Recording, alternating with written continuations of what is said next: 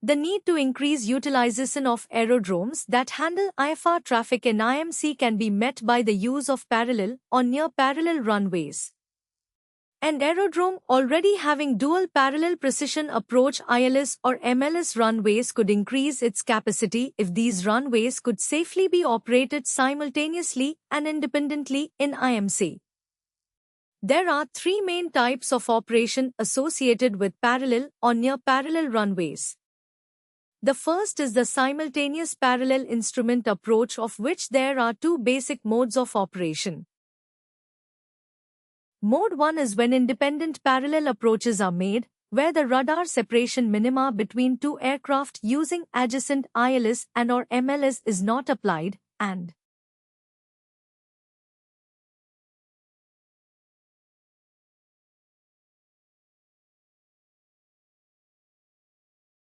Mode 2 is when dependent parallel approaches are made to parallel runways, where radar separation minima between aircraft using adjacent ILS and or MLS systems are applied.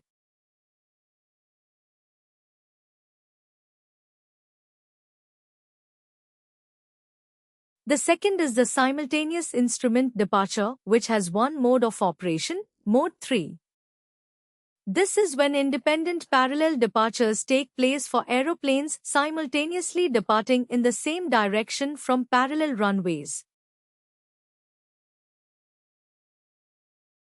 The third, segregated parallel approaches and departures, has one mode of operation known as Mode 4.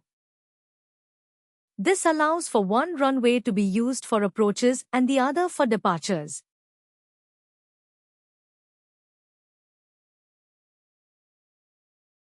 Semi-mixed operations from parallel runways take place when combinations of the above modes of operation take place.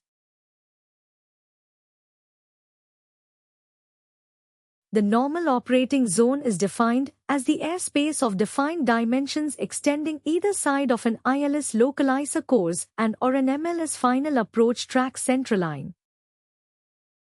Only the inner half of the normal operating zone is taken into account in independent parallel approaches.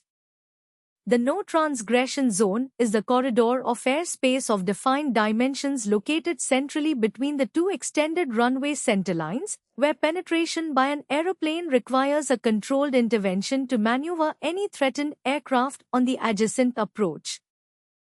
It extends from the closer threshold to the point at which 1,000 feet vertical separation between the parallel approaches ceases.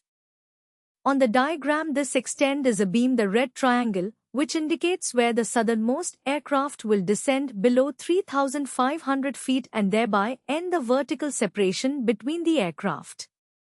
To conduct parallel approaches, aeroplanes must be fitted with the normal IFR avionics including full ILS or MLS capability.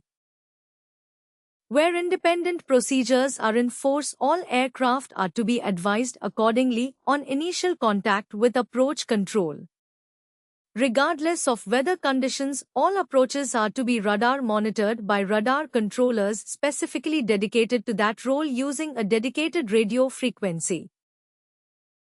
Each pair of parallel approaches will have a high side and a low side to provide vertical separation until aircraft are established inbound on the ILS localizer course or MLS final approach track. The high side will be 1,000 feet above the low side and controllers will direct aircraft that deviates significantly from their approaches. IFR craft fail to take corrective action and penetrate the no transgression zone, the aircraft on the adjacent ILS or MLS will be issued appropriate control instructions, maybe even an overshoot order. Simultaneous parallel ILS or MLS operations require diverging tracks for missed approaches and departures. Turns to achieve divergence are to be initiated by pilots as soon as possible. When building runways for simultaneous parallel use, minimum spacing distances between the landing or takeoff services are defined and illustrated here.